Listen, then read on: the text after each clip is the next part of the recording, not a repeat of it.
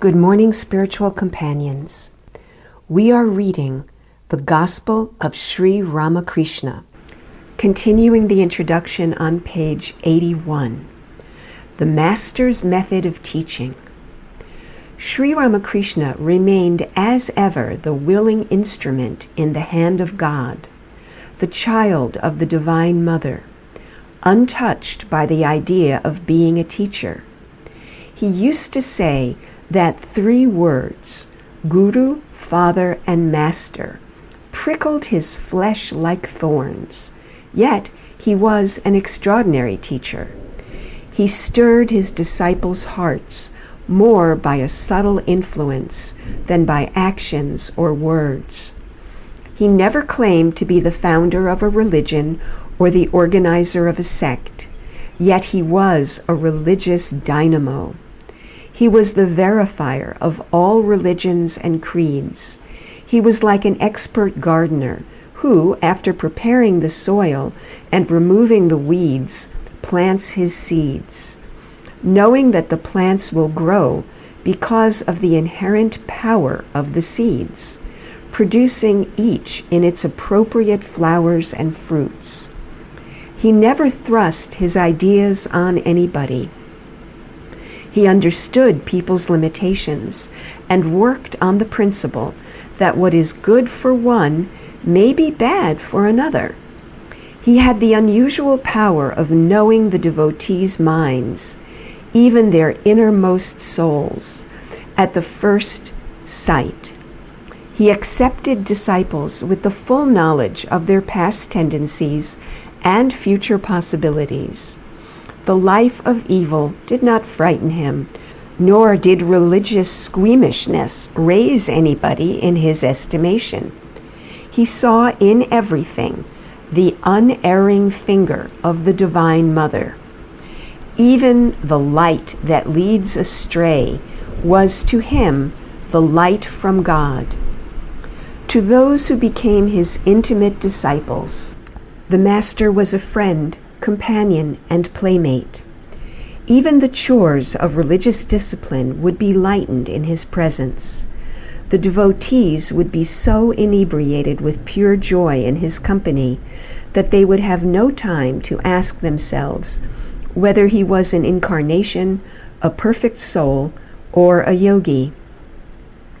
His very presence was a great teaching. Words were superfluous. In later years, his disciples remarked that while they were with him, they would regard him as a comrade, but afterward would tremble to think of their frivolities in the presence of such a great person. They had convincing proof that the Master could, by his mere wish, kindle in their hearts the love of God and give them his vision. Through all this fun and frolic, this merriment and frivolity, he always kept before them the shining ideal of God consciousness and the path of renunciation. He prescribed ascents steep or graded according to the powers of the climber. He permitted no compromise with the basic principles of purity. An aspirant had to keep his body, mind, senses, and soul unspotted, had to have a sincere love for God and an ever-mounting spirit of yearning. The rest would be done by the Mother. His disciples were of 2 kinds, the householders and the young men, some of whom were later to become monks. There was also a small group of women devotees. Householder devotees. For the householders, Sri Ramakrishna did not prescribe the hard path of total renunciation. He wanted them to discharge their obligations to their families. Their renunciation was to be mental. Spiritual life could not be acquired by flying away from responsibilities. A married couple should live like brother and sister after the birth of 1 or 2 children, devoting their time to spiritual talk and contemplation. He encouraged the householders saying that their life was, in a way, easier than that of the monk, since it was more advantageous to fight the enemy from inside a fortress than in an open field. He insisted, however, on their repairing into solitude every now and then to strengthen their devotion and faith in God through prayer, japa, and meditation. He prescribed for them the companionship of sadhus. He asked them to perform their worldly duties with one hand while holding to God with the other, and to pray to God to make their duties fewer and fewer, so that in the end they might cling to him with both hands. He would discourage in both the householder and the celibate youths any lukewarmness in their spiritual struggles. He would not ask them to follow indiscriminately the ideal of non-resistance, which ultimately makes a coward of the unwary. Below are brief accounts of a few of Sri Ramakrishna's householder devotees. Surendra. Suresh Mitra, a beloved disciple whom the master often addressed as Surendra, had received an English education and held an important post in an English firm. With many other educated young men of the time, he prided himself on his atheism and led a bohemian life. He was addicted to drinking. He cherished an exaggerated notion about man's free will. Like most gay people, a victim of mental depression, he was brought to Sri Ramakrishna by Ramchandra Dutta, one of the master's disciples. When he heard the master asking a devotee to practice the virtue of self-surrender to God, he was impressed. But though he tried thenceforth to do so, he was unable to give up his old associates and his drinking. One day the master said in his presence, "Well, when a man goes to an undesirable place, why doesn't he take the Divine Mother with him?" And to Surendra, Sri Ramakrishna said, "Why should you drink wine as wine? Offer it to Kali, and then take it as her prasad, as consecrated drink. But see that you don't become intoxicated. You must not reel, and your thoughts must not wander. At first, you will feel ordinary excitement, but soon after, you will experience spiritual exaltation." Gradually, Surendra's entire life was changed. The master designated him as one of those commissioned by the Divine Mother to defray a great part of his expenses. Surendra's purse was always open for the master's comfort. Mahendra, or M. Mahendranath Gupta, better known as M, arrived at Dakshineswar in February 1882. He belonged to the Brahmo Samaj and was headmaster of the Vidyasagar High School at Siam Bazar, Calcutta. At the very first sight, the master recognized him as one of his marked disciples. Mahendra recorded in his diary Sri Ramakrishna's conversations with his devotees. These are the first directly recorded words in the spiritual history of the world of a man recognized as belonging in the class of Buddha and Christ. The present volume is a translation of this diary. Mahendra was instrumental through his personal contacts in spreading the master's message among many young and aspiring souls. Nag Mahashay. Durgacharan Nag, also known as Nag Mahashay, was the model householder among the lay disciples of Sri Ramakrishna. He was the embodiment of the master's ideal of life in the world, unstained by worldliness. In spite of his intense desire to become a sannyasi, Sri Ramakrishna asked him to live in the world in the spirit of a monk, and the disciple truly carried out this injunction. A man of the medical profession, he was born of a poor family, and even during his boyhood, often sacrificed everything to lessen the sufferings of the needy. He had married at an early age, and after his wife's death, had married a second time to obey his father's command. But he once said to his wife, "Love on the physical level never lasts. He is indeed blessed who can give his love to God with his whole heart.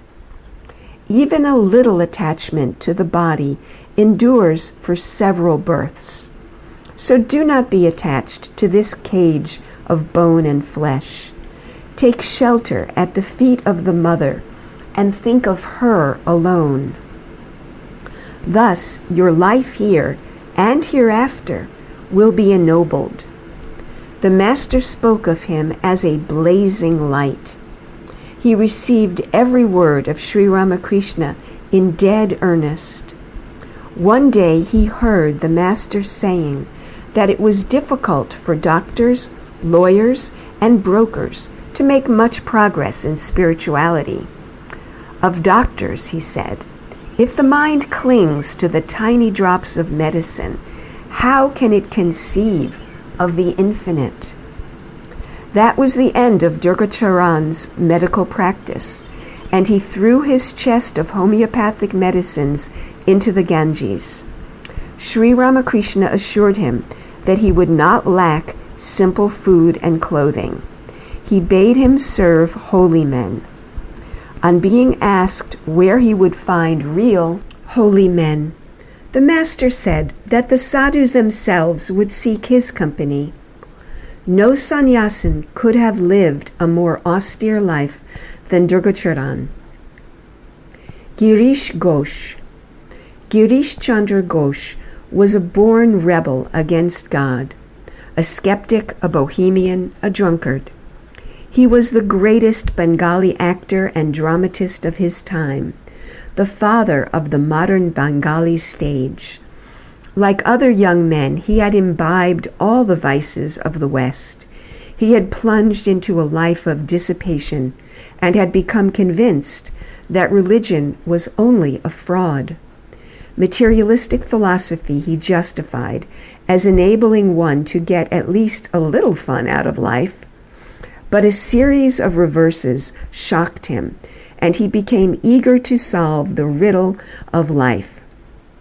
He had heard people say that in spiritual life, the help of a guru was imperative, and that the guru was to be regarded as God himself.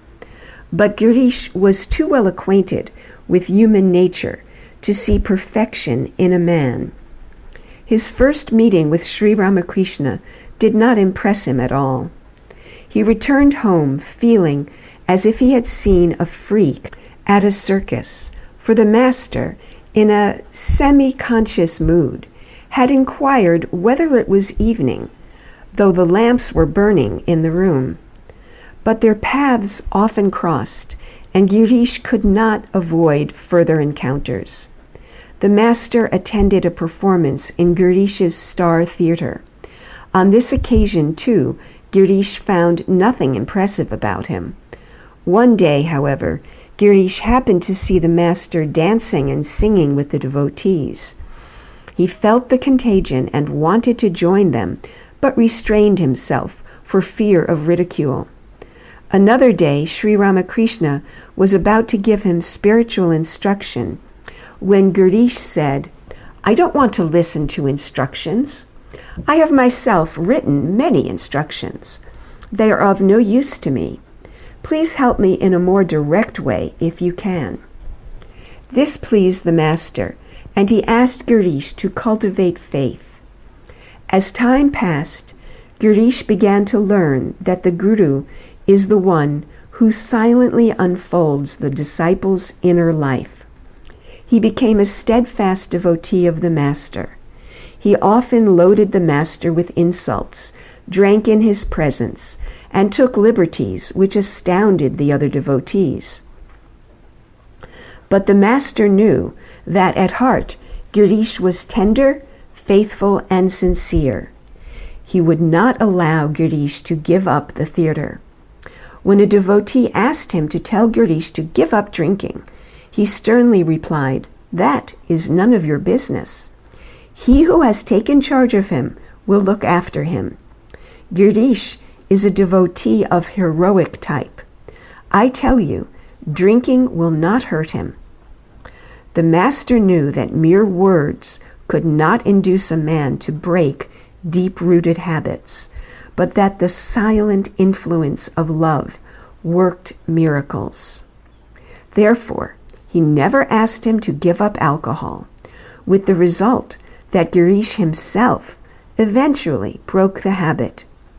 Sri Ramakrishna had strengthened Girish's resolution by allowing him to feel that he was absolutely free. One day, Girish felt depressed because he was unable to submit to any routine of spiritual discipline. In an exalted mood, the master said to him, "All right, give me your power of attorney. Henceforth, I assume responsibility for you. You need not do anything." Girish heaved a sigh of relief. He felt happy to think that Sri Ramakrishna had assumed his spiritual responsibilities. But poor Girish could not then realize that he, on his part, also had to give up his ego and make himself an instrument in Sri Ramakrishna's hands. The master began to discipline him according to this new attitude. One day Girish said about a trifling matter, "Yes, I shall do this." "Oh no," the master corrected him. "You must not speak in that egoistic manner. You should say, 'God willing, I shall do it.'" Girish understood. Therefore, he tried to give up all idea of personal initiative and surrender himself to the divine will. His mind began to dwell constantly on Sri Ramakrishna. This unconscious meditation in time chastened his turbulent spirit. The householder devotees generally visited Sri Ramakrishna on Sunday afternoons and other holidays. Thus, a brotherhood was gradually formed, and the master encouraged their fraternal feeling. Now and then, he would accept an invitation to a devotee's home, where other devotees would also be invited. Kirtan would be arranged, and they would spend hours in dance and devotional music. The master would go into trances or open his heart in religious discourses and in the narration of his own spiritual experiences. Many people who could not go to Dakshineswar participated in these meetings and felt blessed. Such an occasion would be concluded with a sumptuous feast. Sri Ramakrishna also became acquainted with a number of people whose scholarship or wealth entitled them everywhere to respect. But he was not the man to be dazzled by outward show, glory, or erudition. A pundit without discrimination he regarded as a mere straw. He would search people's hearts for the light of God, and if that was missing, he would have nothing to do with them. The Europeanized Christodas Pal did not approve of the master's emphasis on renunciation and said, "Sir, this cant of renunciation has almost ruined the country. It is for this reason that the Indians are a subject nation today. Doing good to others, bringing education to the door of the ignorant, and above all, improving the material conditions of the country, these should be our duty now. The cry of religion and renunciation will, on the contrary, only weaken us. You should advise the young men of Bengal to act only in such a way as will uplift the country." Sri Ramakrishna gave him a searching look and found no divine light within. "You, man of poor understanding," he said sharply, "you dare to slight in these terms renunciation and piety, which our scriptures describe as the greatest of all virtues. After reading 2 pages of English, you think you have come to know the world? You appear to think you are omniscient. Well, have you seen those tiny crabs that are born in the Ganges just when the rains set in? In this big universe, you are even less significant than one of those small creatures. How dare you talk of helping the world? The Lord will look to that. You haven't the power in you to do it." After a pause, the Master continued, "Can you explain to me how you can work for others? I know what you mean by helping them. To feed a number of persons, to treat them when they are sick, to construct a road or dig a well. Isn't that all? These are good deeds, no doubt, but how trifling in comparison with the vastness of the universe. How far can a man advance in this line? How many people can you save from famine? Malaria has ruined a whole province. What could you do to stop its onslaught? God alone looks after the world. Let a man first realize him. Let a man get authority from God and be endowed with his power. Then, and then alone, may he think of doing good to others. A man should first be purged of all egotism. Then alone will the blissful Mother ask him to work for the world." Sri Ramakrishna mistrusted philanthropy that presumed to pose as charity. He warned people against it. He saw in most acts of philanthropy nothing but egotism, vanity, a desire for glory, a barren excitement to kill the boredom of life, or an attempt to soothe a guilty conscience. True charity, he taught, is the result of love of God, service to man in a spirit of worship. Thank you, Sri Ramakrishna. End of today's reading.